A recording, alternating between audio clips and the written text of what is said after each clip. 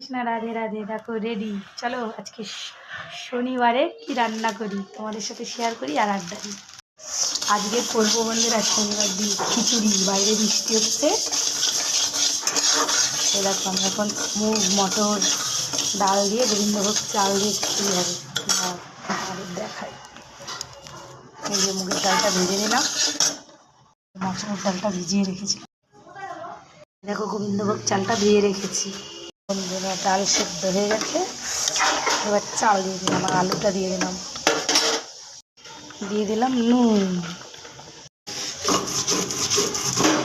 দেখো বন্ধুরা বড়া খাবে বলে চাল আর ডাল বাটিয়ে নিচ্ছে, বলছে মিক্সারে করতে হবে না, তাই মিক্সার বাদ দিলাম, বেটেই নিচ্ছি।